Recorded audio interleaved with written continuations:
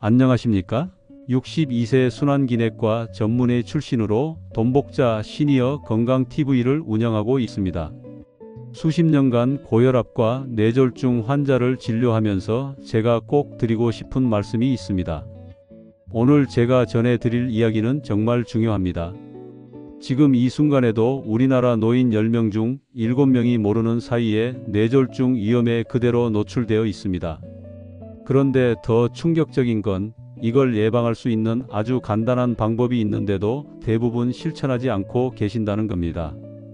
30년 넘게 환자분들을 진료하면서 제가 가장 가슴 아팠던 순간이 언제였는지 아십니까? 바로 응급실에서 뇌졸중으로 쓰러진 환자분을 볼 때입니다. 선생님, 조금만 더 일찍 왔더라면. 이 말을 수없이 들었습니다. 오늘 이 영상 끝까지 보시면 여러분은 그런 후회를 하지 않으실 겁니다. 혹시 아침에 일어나셨을 때 한쪽 팔다리가 저리거나 말이 어눌해지거나 갑자기 어지러운 적 있으셨습니까? 그냥 나이 탓이라고 넘기셨다면 오늘 이 영상이 여러분의 생명을 구할 수도 있습니다. 뇌졸중은 우리나라 사망원인 4위, 그리고 단일 질환으로는 사망률 1위입니다. 하지만 대한뇌졸중학회에 따르면 뇌졸중 환자의 70% 이상이 사전에 충분히 예방 가능했던 경우라고 합니다. 본격적으로 시작하기 전에 이 채널이 처음이신 분들은 구독 버튼 꼭 눌러주시고요. 좋아요와 알림 설정까지 해주시면 앞으로 여러분의 건강을 지킬 수 있는 중요한 정보를 가장 먼저 받아보실 수 있습니다. 구독자 여러분들의 응원이 저에게는 큰 힘이 됩니다. 그렇다면 도대체 무엇을 해야 할까요? 의사로서 제가 환자분들께 가장 많이 강조했던 내용들을 오늘 모두 공개하겠습니다. 지금부터 제가 말씀드리는 내용 메모하시면서 꼭 따라오시기 바랍니다. 먼저 여러분께 질문 하나 드리겠습니다. 혈압 마지막으로 재보신 게 언제십니까? 한 달 전? 석 달 전? 아니면 작년 건강검진 때? 진료실에서 이 질문을 하면 대부분 이렇게 대답하십니다. 그런데 이게 바로 문제입니다. 제가 진료하면서 가장 안타까웠던 케이스가 뭔지 아십니까? 1년에 한 번 건강검진 때만 혈압을 재시는 분들입니다. 검진 결과지에 혈압이 130에 80으로 정상이라고 나왔으니 안심하시는 거죠. 그런데 6개월 후 뇌출혈로 응급실에 실려 오십니다. 혈압이 200에 120까지 올라가 있었습니다. 질병관리청 자료에 따르면 65세 이상 고령자의 64.5%가 고혈압을 가지고 있습니다. 그런데 이 중 절반 가까이는 자신이 고혈압인지조차 모르고 계십니다. 더 심각한 건 고혈압을 알고 계신 분들 중에서도 제대로 관리하시는 분은 절반이 채 안 됩니다. 제가 30년 동안 수천 명의 고혈압 환자를 진료하면서 깨달은 게 있습니다. 혈압은 살아있는 생물처럼 계속 변한다는 겁니다. 미국 심장협회 연구에 따르면 수축기 혈압이 140mm Hg 이상일 때 뇌졸중 위험이 정상인보다 4배 이상 높아진다고 합니다. 아침에 정상이었다가 오후에 갑자기 오를 수도 있고 스트레스 받으면 순식간에 치솟기도 합니다. 그래서 제가 환자분들께 가장 먼저 권했던 게 바로 이겁니다. 아침 저녁 하루 2번 혈압을 재십시오. 병원 갈 때만 재는 게 아니라 집에서 매일 측정하셔야 합니다. 대한고혈압학회도 가정혈압 측정을 적극 권장하고 있습니다. 왜냐하면 병원에서 잰 혈압은 긴장 때문에 평소보다 높게 나오는 백의 고혈압 현상이 있기 때문입니다. 실제로 진료실에서는 혈압이 높게 나왔는데 집에서 재면 정상인 분들이 많습니다. 반대로 진료실에서는 정상인데 집에서 재면 높은가면 고혈압도 있습니다. 이런 분들이 더 위험합니다. 왜냐하면 치료를 안 받고 계시니까요. 그런데 여기서 많은 분들이 실수하시는 게 있습니다. 혈압계를 사놓고도 제대로 재지 않으시는 겁니다. 제가 환자분들께 알려드렸던 정확한 혈압 측정법을 알려드리겠습니다. 첫째, 측정 30분 전에는 커피나 담배를 피하십시오. 카페인과 니코틴은 혈압을 일시적으로 올립니다. 둘째, 화장실을 다녀오십시오. 방광이 차 있으면 혈압이 10에서 15mm Hg까지 높게 나옵니다. 셋째, 5분 이상 편안하게 앉아서 안정을 취하십시오. 그리고 측정하는 동안에는 말하지 마시고 등받이에 기대어 발을 바닥에 평평하게 놓으십시오. 팔은 심장 높이에 위치시키고 커프는 팔꿈치 위 23cm 위치에 감으십시오. 이렇게 정확하게 재신 혈압을 수첩에 기록하십시오. 날짜, 시간, 수치를 꼼꼼하게 적어두시면 병원 오실 때 저희 의사들에게 보여주시면 정확한 진단에 큰 도움이 됩니다. 저도 환자분들이 혈압 수첩을 가져오시면 정말 고마웠습니다. 자, 그런데 혈압만 관리한다고 끝이 아닙니다. 두 번째로 중요한 게 있습니다. 바로 혈당입니다. 진료실에서 제가 이런 환자분들을 정말 많이 봤습니다. 선생님, 저는 당뇨 없는데요? 그런데 혈액 검사를 해보면 공복혈당이 132 넘습니다.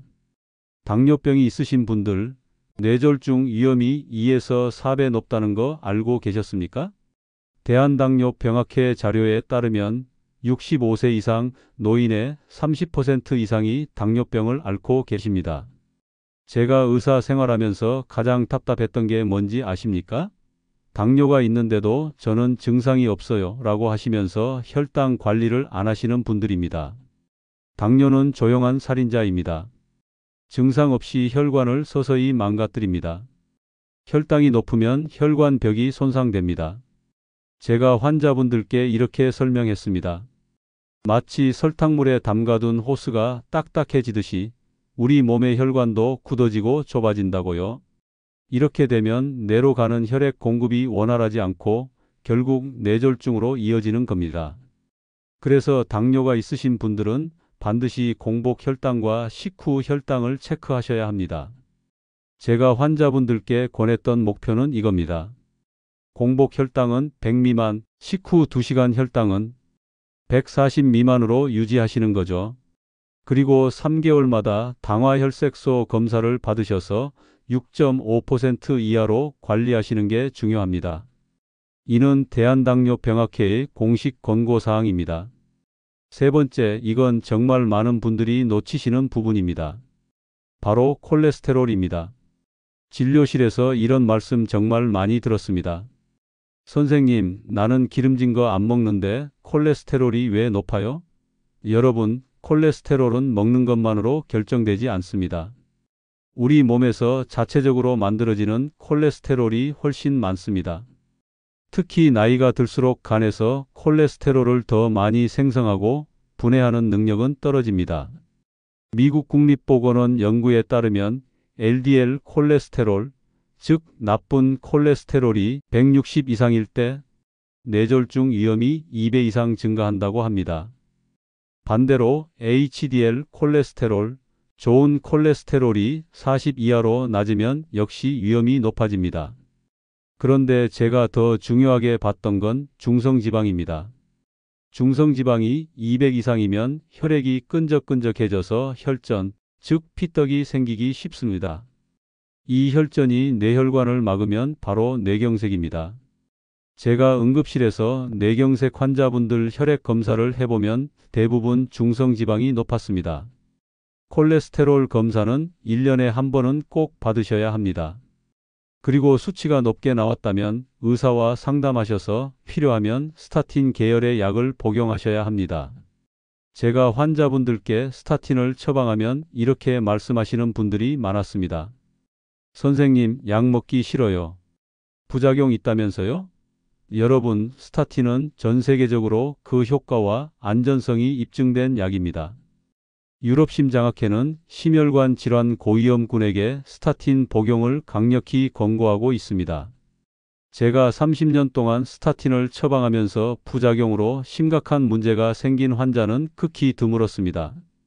오히려 약을 안 드시다가 뇌졸중으로 쓰러지신 분들을 훨씬 많이 봤습니다. 여기까지 들으시면서 이렇게 생각하실 겁니다.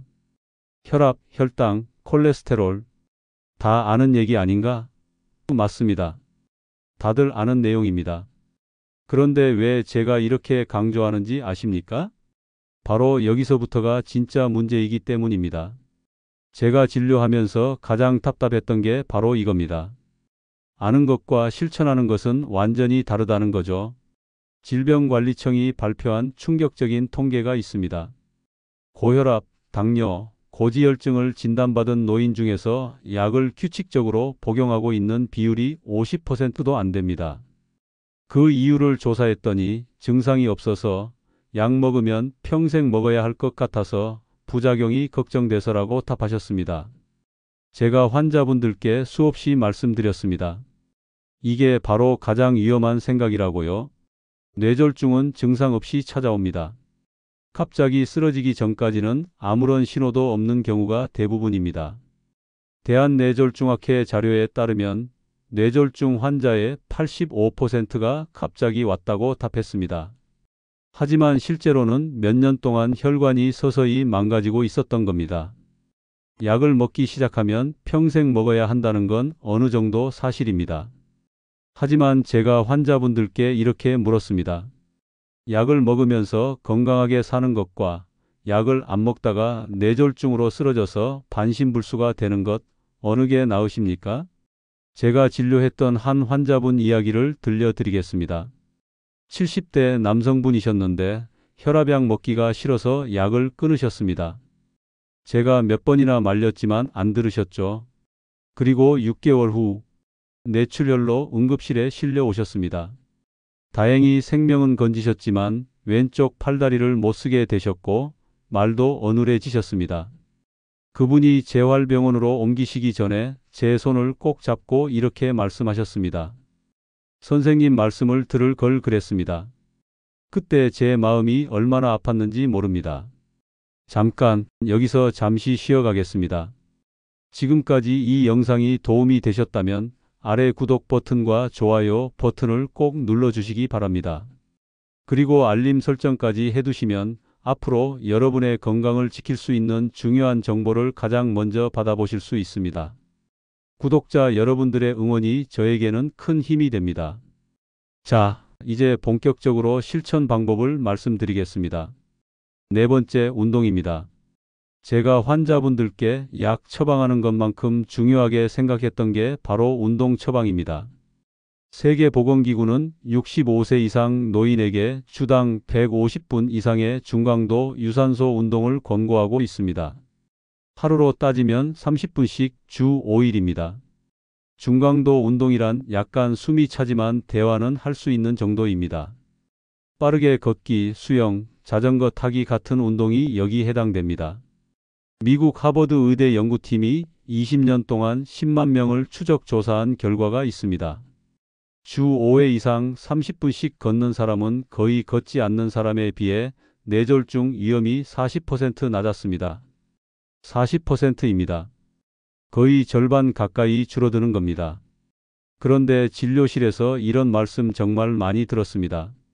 선생님, 무릎이 아파서 못 걷겠어요. 허리가 안 좋아서 운동 못해요. 물론 관절이 안 좋으시면 무리한 운동은 피해야 합니다. 하지만 걷기조차 못하실 정도라면 의자에 앉아서 하는 운동도 있습니다.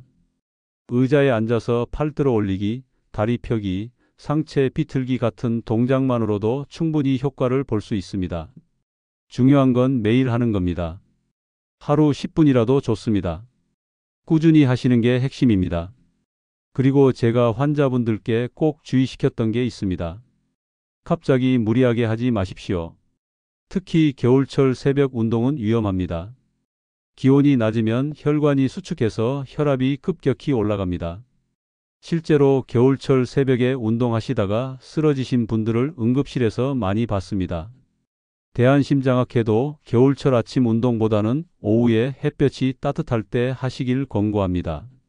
운동 전에는 반드시 5분에서 10분 스트레칭으로 준비 운동을 하시고 운동 후에도 마무리 스트레칭을 하십시오. 물도 충분히 마시십시오.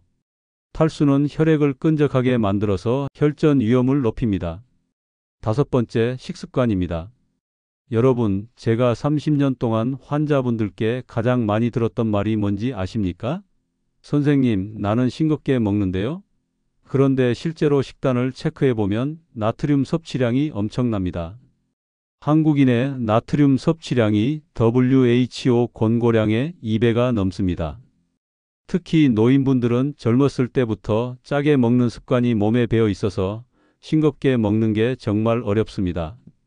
제가 환자분들께 설명했던 내용입니다. 소금을 많이 먹으면 혈압이 올라갑니다. 나트륨이 혈관에 수분을 끌어당겨서 혈액량이 늘어나기 때문입니다. 혈액량이 늘면 혈관 벽에 가해지는 압력도 커집니다. 대한고혈압학회는 하루 나트륨 섭취량을 2000mg, 즉 소금으로 5g 이하로 제한할 것을 권고합니다. 그런데 김치, 된장찌개, 젓갈 같은 전통 음식에는 나트륨이 아주 많습니다. 김치 한 접시에 나트륨 500mg, 라면 한 개에 2000mg이 들어 있습니다. 라면 하나만 먹어도 하루 권장량을 다 채우는 겁니다. 그렇다면 어떻게 해야 할까요? 제가 환자분들께 권했던 방법입니다. 갑자기 싱겁게 먹으라고 하면 음식이 맛없어서 식사를 거르시게 됩니다. 그것도 문제입니다. 서서히 줄여가십시오. 첫째, 국물 요리는 국물을 적게 드십시오. 국물에 나트륨이 집중되어 있습니다. 둘째, 간장이나 소금 대신 식초, 레몬즙, 허브를 활용하십시오. 신맛과 향으로 간을 대신할 수 있습니다. 셋째, 가공식품을 피하십시오. 햄, 소시지, 어묵, 통조림은 나트륨 덩어리입니다. 대신 칼륨이 풍부한 음식을 드십시오. 칼륨은 나트륨을 몸 밖으로 배출시킵니다. 바나나, 감자, 시금치, 토마토에 칼륨이 많습니다. 단, 신장 기능이 나쁘신 분들은 칼륨 섭취를 제한해야 하니 담당 의사 선생님과 상담하시기 바랍니다. 그리고 오메가3 지방산도 중요합니다. 고등어, 삼치, 연어 같은 등푸른 생선에 많이 들어 있습니다. 오메가3는 혈관을 유연하게 만들고 혈전 생성을 억제합니다. 미국 심장협회는 주 2회 이상 생선 섭취를 권장합니다. 저도 환자분들께 일주일에 2번은 생선 드시라고 늘 말씀드렸습니다. 여섯 번째, 체중 관리입니다. 진료실에서 체중계에 올라가시면 많은 분들이 이렇게 말씀하십니다. 선생님, 나이 들면 살이 좀 쪄도 괜찮잖아요? 아닙니다. 비만은 그 자체로 뇌졸중 위험인자입니다. 특히 복부 비만이 문제입니다. 내장 지방이 많으면 염증 물질이 분비되어 혈관을 손상시킵니다. 제가 복부 CT를 찍어보면 내장 주변에 하얗게 지방이 쌓여 있는 걸 볼 수 있습니다. 이게 바로 시한폭탄입니다.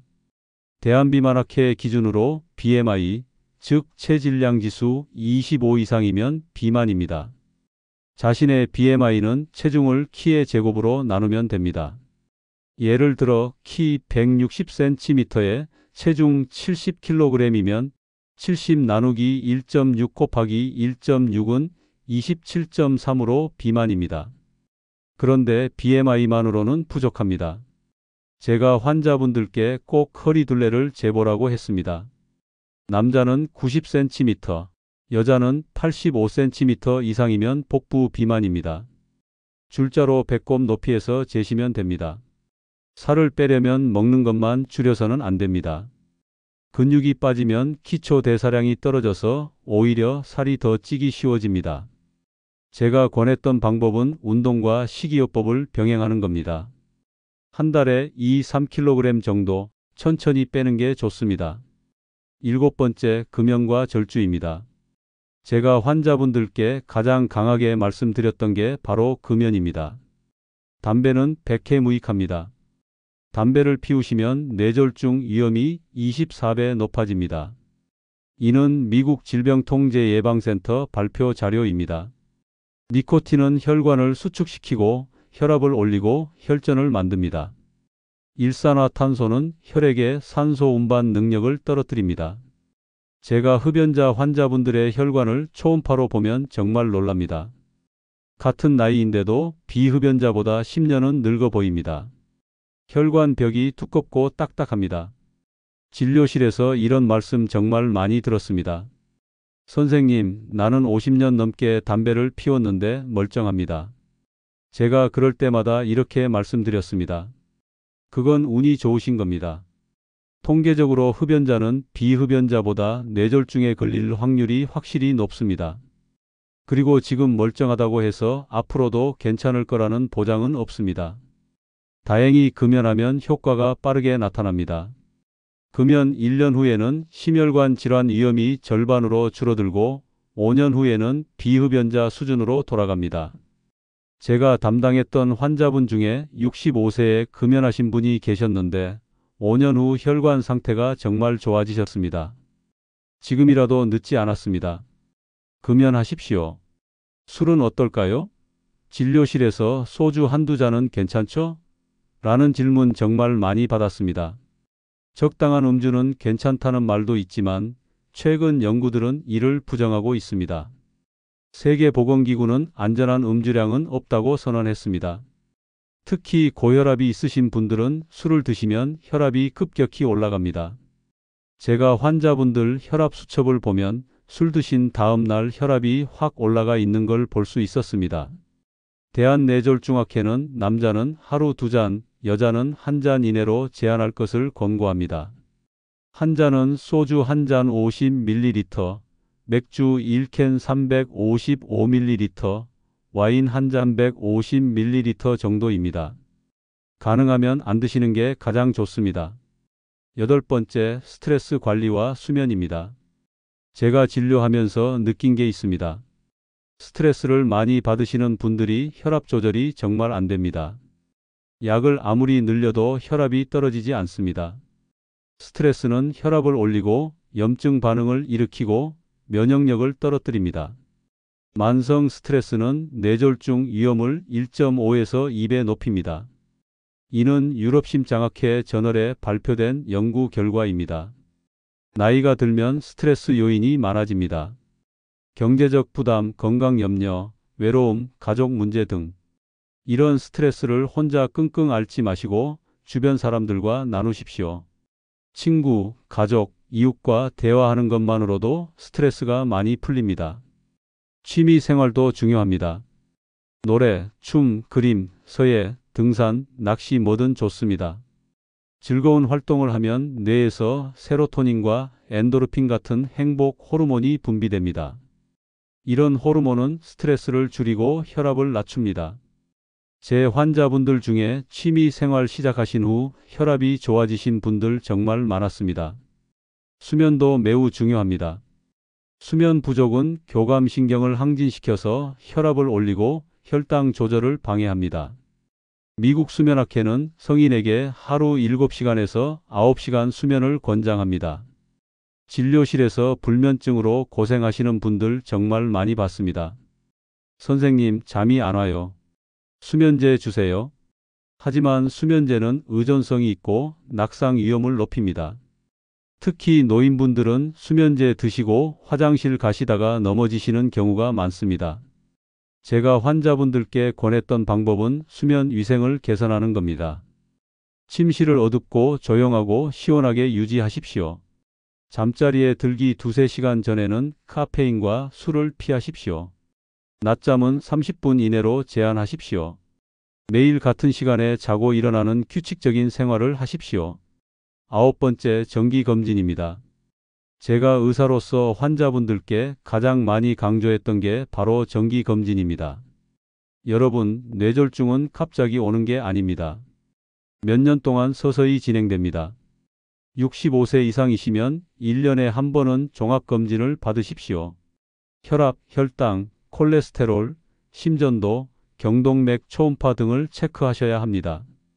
특히 경동맥 초음파는 제가 환자분들께 꼭 권했던 검사입니다. 경동맥은 뇌로 혈액을 공급하는 주요 혈관인데 여기에 동맥경화가 생기면 뇌졸중 위험이 높아집니다. 제가 초음파로 경동맥을 보면 혈관벽에 플라크가 쌓여 있는 게 보입니다. 이게 바로 뇌졸중의 경고 신호입니다. 경동맥 초음파에서 혈관 벽 두께가 1.0mm 이상이거나 플라크, 즉 죽상반이 발견되면 주의해야 합니다. 의사와 상담하셔서 항혈소 판재나 스타틴 복용을 고려하셔야 합니다. 심방세동도 체크하셔야 합니다. 심방세동은 심장이 불규칙하게 뛰는 부정맥의 일종인데 심장에 혈전이 생기기 쉽습니다. 이 혈전이 떨어져 나가서 뇌혈관을 막으면 뇌경색이 됩니다. 심방세동이 있는 사람은 뇌졸중 위험이 5배 높습니다. 이는 대한심장학회의 공식 자료입니다. 제가 진료했던 환자분들 중에 심방세동이 있는데도 모르고 계시다가 뇌경색으로 오신 분들이 많았습니다. 심방세동은 증상이 없는 경우도 많습니다. 그래서 정기적으로 심전도 검사를 받으셔야 합니다. 요즘은 스마트워치로도 심방세동을 감지할 수 있습니다. 애플워치나 갤럭시워치 같은 기기들이 심전도 기능을 제공합니다. 물론 이건 보조수단일 뿐이고 정확한 진단은 병원에서 받으셔야 합니다. 심방세동이 진단되면 항응고제를 복용하셔야 합니다. 제가 환자분들께 설명했던 내용입니다. 아스피린만으로는 부족합니다. 와파린이나 새로운 경구용 항응고제를 드셔야 혈전 생성을 막을 수 있습니다. 대한심장학회는 심방세동 환자에게 적극적인 항응고 치료를 권고하고 있습니다. 10번째, 그리고 가장 중요한 것, 바로 뇌졸중 전조 증상을 아는 겁니다. 여러분, 제가 30년 동안 응급실에서 뇌졸중 환자분들을 수없이 봤습니다. 그때마다 가장 안타까웠던 게 뭔지 아십니까? 골든타임을 놓쳐서 오신 분들입니다. 뇌졸중은 골든타임이 있습니다. 증상 발생 후 3시간 이내, 늦어도 4.5시간 이내에 병원에 도착해야 혈전용해제 치료를 받을 수 있습니다. 이 치료를 받으면 뇌 손상을 최소화하고 후유증을 크게 줄일 수 있습니다.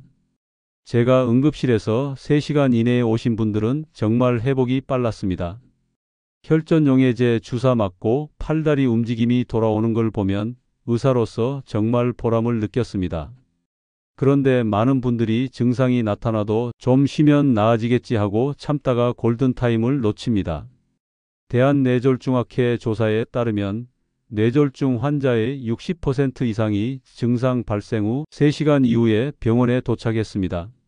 뇌졸중의 대표적인 증상을 알려드리겠습니다. 미국 뇌졸중협회는 파스트라는 약자로 기억하라고 합니다. 제가 환자분들께 항상 설명했던 내용입니다. F는 페이스, 얼굴입니다. 얼굴 한쪽이 마비되어 입꼬리가 한쪽으로 처지거나 웃을 때 얼굴이 비대칭이 됩니다. 거울을 보면 금방 알 수 있습니다. 어는 암, 팔입니다. 양팔을 들어 올렸을 때 한쪽 팔이 저절로 내려옵니다. 한쪽 팔다리에 힘이 빠지거나 감각이 없어집니다. S는 스피치, 말입니다. 말이 어눌해지거나 말을 이해하지 못하거나 간단한 문장도 따라하지 못합니다. T는 타임, 시간입니다. 이런 증상이 하나라도 나타나면 즉시 119에 전화하십시오. 시간이 곧 뇌입니다. 1분 1초가 중요합니다. 이 외에도 이런 증상들이 있습니다. 갑자기 심한 두통이 옵니다. 제가 환자분들께 물어보면 평생 느껴본 적 없는 심한 두통이라고 말씀하십니다. 갑자기 한쪽 눈이 안 보이거나 시야가 흐려집니다. 갑자기 어지럽고 비틀거리며 균형을 잡기 어렵습니다. 갑자기 의식이 흐려지거나 혼미해집니다. 이런 증상이 나타났다가 몇 분 만에 사라지는 경우도 있습니다. 이걸 일과성 뇌허혈 발작 TIA라고 합니다. 흔히 미니 뇌졸중이라고 부릅니다. 제가 환자분들께 가장 강하게 말씀드렸던 게 바로 이겁니다. 증상이 사라졌다고 안심하시면 절대 안 됩니다. TIA는 진짜 뇌졸중의 강력한 경고 신호입니다. 뉴 잉글랜드 저널 오브 메디신에 발표된 연구에 따르면 TIA를 경험한 사람의 10에서 15%가 3개월 이내에 뇌졸중이 발생한다고 합니다. 그리고 그중 절반은 48시간 이내에 발생합니다. 제가 진료했던 환자분 중에 TIA 증상이 있었는데 금방 나았으니까 괜찮겠지 하고 안 오셨다가 일주일 후 큰 뇌경색으로 오신 분이 계셨습니다. 그때 정말 안타까웠습니다. TIA 증상이 있으셨다면 증상이 사라졌더라도 반드시 응급실로 가셔야 합니다. 자, 여기서 중요한 질문 하나 드리겠습니다. 만약 지금 이 순간 가족이나 주변 사람이 쓰러지셨다면 여러분은 어떻게 하시겠습니까? 제가 응급실에서 환자 가족분들께 늘 교육했던 내용입니다. 첫째, 119에 즉시 전화하십시오. 뇌졸중 같다고 명확하게 말씀하십시오. 그러면 가장 가까운 뇌졸중 센터가 있는 병원으로 이송됩니다. 둘째, 환자를 편안하게 눕히십시오. 고개를 옆으로 돌려서 구토물이 기도로 넘어가지 않게 하십시오. 절대로 물이나 음식을 먹이지 마십시오. 삼키는 기능이 마비되어 있으면 폐로 들어갈 수 있습니다. 셋째, 혈압을 함부로 낮추려고 하지 마십시오. 제가 응급실에서 정말 안타까웠던 케이스가 있습니다. 가족분이 혈압약을 먹이거나 침을 놓아서 혈압이 뚝 떨어진 상태로 오신 분들입니다. 뇌경색일 때 혈압을 갑자기 낮추면 뇌로 가는 혈류가 더 줄어들어서 오히려 위험합니다. 넷째, 병원에 도착하면 의료진에게 정확한 정보를 알려주십시오. 증상이 시작된 정확한 시간, 복용 중인 약, 기저질환 등을 말씀하십시오. 이 정보가 치료 방향을 결정하는 데 매우 중요합니다. 제가 응급실에서 환자분 가족에게 가장 먼저 물었던 게 정확히 몇 시에 증상이 시작됐습니까? 였습니다. 자, 그렇다면 이 모든 걸 어떻게 실천할 수 있을까요? 제가 환자분들께 늘 말씀드렸던 내용입니다. 한꺼번에 다 하려고 하면 부담스럽고 작심삼일로 끝나기 쉽습니다. 하나씩 차근차근 시작하십시오. 이번 주에는 혈압계를 사서 매일 아침 저녁으로 혈압을 재는 것부터 시작하십시오. 다음 주에는 하루 30분씩 걷기를 시작하십시오. 그 다음 주에는 식단을 점검해서 짠 음식을 줄여 보십시오. 작은 변화가 모여서 큰 변화를 만듭니다. 미국 질병통제예방센터 CDC 연구에 따르면 생활 습관 개선만으로도 뇌졸중 위험을 80%까지 줄일 수 있다고 합니다. 80%입니다. 대부분의 뇌졸중이 예방 가능하다는 뜻입니다. 제가 30년 동안 환자분들을 진료하면서 확신한 게 있습니다. 여러분이 오늘부터 실천하시면 1년 후 여러분의 몸은 완전히 달라져 있을 겁니다. 혈압은 안정되고 혈당은 조절되고 체중은 줄어들고 혈관은 깨끗해질 겁니다. 그리고 가장 중요하게는 뇌졸중 없이 건강하게 가족들과 함께 시간을 보내실 수 있을 겁니다. 제가 진료했던 두 환자분 이야기를 들려드리겠습니다. 72세 김모 씨는 10년 전 고혈압 진단을 받으셨습니다. 하지만 증상이 없다고 약을 드시지 않았습니다. 제가 몇 번이나 약을 꼭 드시라고 말씀드렸지만 선생님, 나는 괜찮아요 라고 하시며 안 드셨습니다. 담배도 계속 피우셨고 운동도 거의 하지 않으셨습니다. 5년 전 어느 날 아침 일어나시려는데 왼쪽 팔다리에 힘이 없었습니다. 말도 어눌해졌습니다. 다행히 딸이 빨리 발견해서 119를 불렀고 2시간 만에 응급실에 도착했습니다. 제가 직접 치료했습니다. 혈전용해제 치료를 받으셨고 생명은 건지셨습니다. 하지만 6개월 동안 재활 치료를 받으셔야 했습니다. 왼쪽 팔은 지금도 완전히 회복되지 않으셨습니다. 가족들의 도움 없이는 일상생활이 어렵습니다. 그분은 재활병원으로 옮기시기 전에 제 손을 꼭 잡고 이렇게 말씀하셨습니다. 선생님 말씀을 들을 걸 그랬습니다. 그때 혈압약만 제대로 먹었어도 담배만 끊었어도 이렇게까지는 안 됐을 텐데 후회해도 이미 늦었어요. 다른 환자분들한테는 꼭 제 이야기를 해주세요. 제 전철을 밟지 말라고요. 반대로 이런 분도 계십니다. 68세 박모 씨는 5년 전 당뇨와 고혈압 진단을 받으셨습니다. 제가 환자로 처음 만났을 때 혈압이 160에 100, 혈당이 200이 넘었습니다. 그런데 이분은 달랐습니다. 제 말씀을 정말 잘 들으셨습니다. 약을 꼬박꼬박 드셨습니다. 매일 아침 1시간씩 걸으셨습니다. 식단도 바꾸셨습니다. 담배도 끊으셨습니다. 혈압 수첩을 매번 가져오셔서 보여주셨습니다. 3개월마다 정기검진을 받으시면서 수치를 관리하셨습니다. 지금 5년이 지났는데 혈압도 정상이고 당화혈색소도 6% 초반으로 잘 조절되고 계십니다. 약 용량도 처음보다 많이 줄었습니다. 무엇보다 건강하게 손주들과 뛰어놀고 계십니다. 이분이 지난주에 진료 오셨을 때 이렇게 말씀하셨습니다. 선생님 덕분에 건강하게 살고 있습니다. 감사합니다. 그때 제가 얼마나 뿌듯했는지 모릅니다. 의사로서 가장 보람 있는 순간이었습니다. 두 분의 차이가 뭘까요? 바로 실천입니다. 아는 것과 실천하는 것의 차이입니다. 여러분, 뇌졸중은 남의 일이 아닙니다. 우리나라에서 5분마다 한 명씩 뇌졸중이 발생합니다. 1년이면 10만 명이 넘습니다. 이 중 상당수가 여러분과 같은 나이대입니다. 제가 30년 동안 응급실에서 수많은 환자분들을 봤습니다. 하지만 오늘 이 영상을 보신 여러분은 다릅니다. 이제 무엇을 해야 하는지 아십니다. 혈압, 혈당, 콜레스테롤을 관리하는 법을 아십니다. 운동하고 식단을 조절하고 금연하고 스트레스를 관리하는 게 왜 중요한지 아십니다. 뇌졸중 증상이 나타났을 때 어떻게 대처해야 하는지도 아십니다. 제가 의사로서 여러분께 간곡히 말씀드립니다. 이제 남은 건 실천입니다. 오늘부터 시작하십시오. 지금 당장 시작하십시오. 내일로 미루지 마십시오.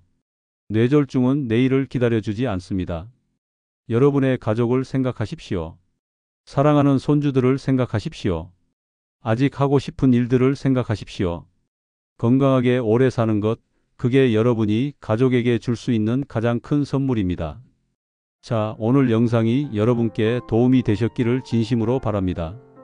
이 영상이 정말 중요한 정보라고 생각하신다면 꼭 구독 버튼과 좋아요 버튼을 눌러주시기 바랍니다. 그리고 알림 설정도 켜주십시오. 더 중요한 건 이 영상을 주변 분들과 공유해 주십시오. 여러분의 가족, 친구, 이웃에게 보내주십시오. 제가 30년 동안 환자분들을 진료하면서 느낀 건 정보 하나가 생명을 구할 수 있다는 겁니다. 이 영상 하나가 누군가의 생명을 구할 수 있습니다. 진심입니다. 다음 영상에서는 뇌졸중 재활 운동, 이렇게 하면 6개월이 3개월로 단축됩니다. 라는 주제로 찾아뵙겠습니다. 이미 뇌졸중을 겪으신 분들 혹은 주변에 뇌졸중 환자가 계신 분들께 정말 유용한 정보가 될 겁니다. 여러분의 건강한 노후를 위해 돈복자 시니어 건강TV가 항상 함께 하겠습니다. 오늘도 건강하시고 행복하십시오. 감사합니다.